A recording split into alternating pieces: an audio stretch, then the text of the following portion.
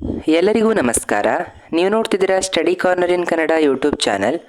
ನಾವು ಇಂದಿನ ವಿಡಿಯೋದಲ್ಲಿ 7ನೇ ತರಗತಿಯ ಪ್ರಥಮ ಭಾಷೆ ಕನ್ನಡ ವಿಷಯದ ಭಾಗ 1ರ ಪಠ್ಯಪುಸ್ತಕದಲ್ಲಿ ನಿಮ್ಮ 2ನೆಯ ಪಠ್ಯಪೂರಕ ಅಧ್ಯಯನವಾಗಿರುವಂತಹ ಗೊಂಬೆ ಕಲಿಸುವ ನೀತಿ, ಈ ಒಂದು ಪಠ್ಯಪೂರಕ ಅಧ್ಯಯನದ ಅಭ್ಯಾಸದ ಪ್ರಶ್ನೋತ್ತರಗಳನ್ನು ನಾವು ಇಂದಿನ ವಿಡಿಯೋದಲ್ಲಿ ನೋಡ್ತಾ ಇದ್ದೇವೆ.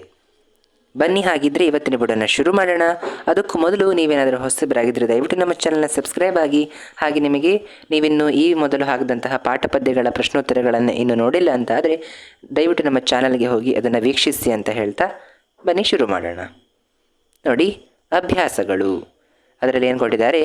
ಕೊಟ್ಟಿರುವ ಪ್ರಶ್ನೆಗಳಿಗೆ ಒಂದು ವಾಕ್ಯದಲ್ಲಿ ಉತ್ತರಿಸಿ ಅಂತ ಕೊಟ್ಟಿದ್ದಾರೆ. ಅದರಲ್ಲಿ ಮೊದಲನೇ ಪ್ರಶ್ನೆ, ಜೀವನದಲ್ಲಿ ಸೋತವರಿಗೆ ಗೊಂಬೆಯು ಕೊಡುವ ಧೈರ್ಯವೇನು? ಉತ್ತರ ಏನು?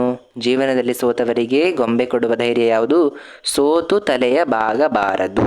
ನಾವು ಸೋತಾಗಲೂ ಕೂಡ ತಲೆಯನ್ನು ಬಾಗಬಾರದು ಅಂತ. ಎರಡನೇ ಪ್ರಶ್ನೆ, ಗೊಂಬೆಯು ಹೇಗೆ ತೂಗುತ್ತಿರುತ್ತದೆ? ಗೊಂಬೆಯು ಕಷ್ಟವೋ ಸುಖವೋ ಅಳಿಕದೆ ಆಡಿ ತೂಗುತ್ತಿರುವುದು. ಎಷ್ಟೇ ಕಷ್ಟ ಸುಖ ಇದ್ದರೂ ಕೂಡ ಅದು ಅಳುಕದೆ ಆಡಿ ತೂಗುತ್ತಿರುವುದು. ಮೂರನೇದು, ತಾವು ಕಷ್ಟಪಟ್ಟರೂ ಲೋಕಕ್ಕೆ ಉಪಕಾರ ಮಾಡುವ 3 ಸಂಗತಿಗಳು ಯಾವುದು? ಏನು? ಕಬ್ಬು ಹಿಂಡಿದರೂ ಸಿಹಿಯನ್ನು ಕೊಡುತ್ತದೆ, ತೇದರೂ ಕೂಡ ಗಂಧ ಪರಿಮಳವನ್ನು ನೀಡುತ್ತದೆ, ಉರಿದರೂ ಕೂಡ ಬೆಳಕು ದೀಪವನ್ನು ನೀಡುತ್ತದೆ. ಹೇಗೆ ಕಬ್ಬನ್ನು ಅರೆದಾಗ ಅದು ಸಿಹಿಯನ್ನೇ ಕೊಡುತ್ತೋ, ಗಂಧವನ್ನು ತೇದಿದರೆ ಅದು ಪರಿಮಳವನ್ನು ನೀಡ್ತದೋ, ಅಂದರೆ ದೀಪ ಉರಿದರೂ ಕೂಡ ತಾನೇ ಸುಟ್ಟುಕೊಂಡು ಅದು ಉರಿದರೂ ಕೂಡ ಅದು ಹೇಗೆ ಪರರಿಗೆ ಬೆಳಕನ್ನು ನೀಡ್ತದೆಯೋ ಹಾಗೆ ನಾವು ಲೋಕಕ್ಕೆ ಉಪಕಾರವನ್ನು ಮಾಡಬೇಕು ಅನ್ನುವಂಥದ್ದನ್ನು ಇಲ್ಲಿ ಹೇಳಲಾಗಿದೆ. 4ನೇ ಪ್ರಶ್ನೆ, ಗೊಂಬೆಯು ನಿಶ್ಚಲವಾಗುವುದು ಯಾವಾಗ? ಉತ್ತರ, ಆಡಿಸುವಾತನ ಕೈ ಸೋತರೆ ಗೊಂಬೆ ನಿಶ್ಚಲವಾಗುತ್ತದೆ. 5ನೇ ಪ್ರಶ್ನೆ, ಗೊಂಬೆಯು ಹೇಳುವ ನೀತಿಯ ಸಾರಾಂಶ ಏನು?